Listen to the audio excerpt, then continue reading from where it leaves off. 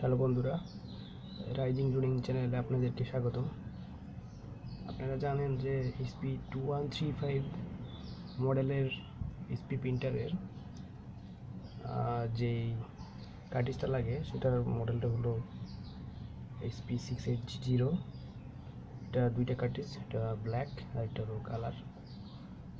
তো আজকে আমি আপনাদেরকে দেখাবো এটা কালার কার্ট্রিজের ভিতরে কি থাকে, that means what's inside that color cartridge.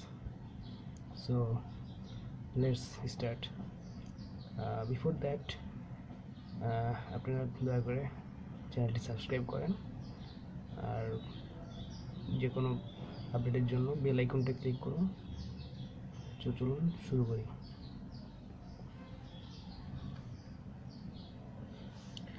দেখুন ভিউয়ার্স, এটা হলো এইচপি 680 কার্ট্রিজের নিচের অংশ।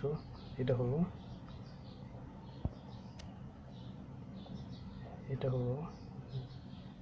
মেইন অংশ যা প্রিন্টারের সাথে কানেক্টেড থাকে, এবং এটা হয় এখান থেকে কালার অথবা ব্ল্যাক যে ইঙ্ক সেটা বের হয়।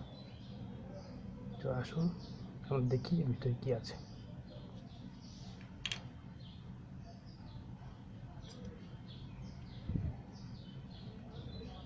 এটা হলো কালার কার্ট্রিজের উপর অংশে একটা স্টিকার থাকে, স্টিকারটা খুলে ফেলেছি, এবং এখানকার যে অংশটা সেটা খুলে ফেলেছি। এটা হলো তার নিচের অংশ। আসুন আমি আপনাদের জন্য এটা পূর্বেই খুলে রেখেছি। খোলার পরে এই অংশটা ঘাম দিয়ে লাগানো ছিল, এটা খোলা হয়েছে, খুবই শক্ত। খোলার পরে এখানে তিনটা ফোম, একটা প্রথমে যদি আমরা খুলি, এটা এই যেগুলো দেখতেছেন, হোলগুলো দেখতেছেন, এগুলো ফাঁকা, এগুলোতে কিছু নেই। তো এখানে যদি আমি এটা খুলি, তো দেখেন এই যে এটা অনেকটা আসমানি কালার।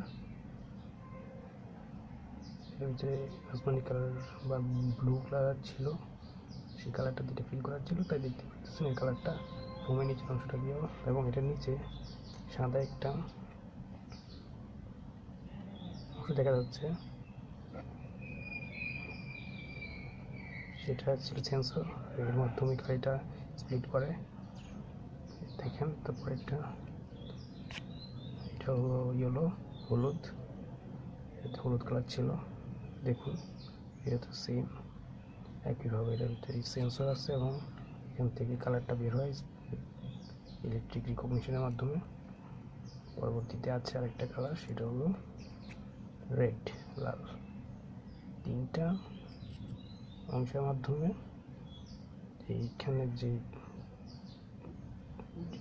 চিপগুলো ছিল সেগুলোর মাধ্যমে কালারটা প্রিন্টার যখন কাজ করে তখন সেভাবে এখান থেকে বের হয়, এবং সেন্সরটাই ইন্ডিকেট করে দেয় কালারটা কতটুকু আছে এবং কীভাবে এটা চলবে, কতদিন চলবে। কালার শেষ হয়ে গেলে এটা ওয়ার্নিং দেবে, এবং ওয়ার্নিংয়ের মাধ্যমে পরবর্তীতে দেখা যাবে যে কালি শেষ হয়ে গেলে এটা রিজেক্টেড হয়ে যাবে। So guys, this is what's inside that 680 color cartridge.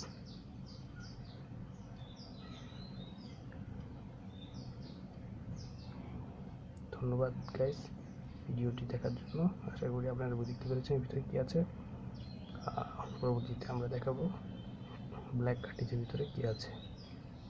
তো থ্যাংক ইউ। পরবর্তী ভিডিও দেখার জন্য অবশ্যই চ্যানেলটি সাবস্ক্রাইব করবেন। ধন্যবাদ।